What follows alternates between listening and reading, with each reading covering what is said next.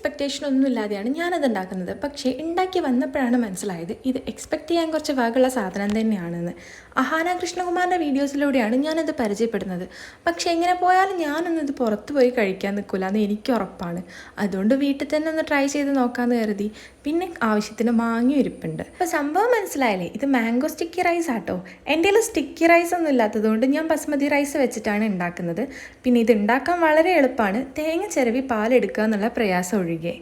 തേങ്ങയൊക്കെ ചിരവി പാലെടുത്ത് കഴിഞ്ഞാൽ അരി നന്നായി വെന്ത് കഴിഞ്ഞാൽ അതിലേക്ക് പാലും മിൽക്ക് മെയ്ഡും ഒരു നുള്ള ഉപ്പും കൂടി ചേർത്ത് നന്നായിട്ട് മിക്സ് ചെയ്ത് അവിടെ മാറ്റി വെക്കാം. ഇനി ഇതിലേക്കുള്ള സോസ് ഉണ്ടാക്കണം. അതിന് വേണ്ടിയിട്ട് ഒരു പാനിൽ നമ്മൾ കുറച്ച് കോൺഫ്ലവറും അതിലേക്ക് ബാക്കി വന്ന തേങ്ങാപ്പാലും പിന്നെ കുറച്ച് കണ്ടൻസ് മിൽക്കും കൂടി ഒഴിച്ച് നന്നായിട്ട് മിക്സ് ചെയ്ത് കുറുക്കിയെടുക്കണം.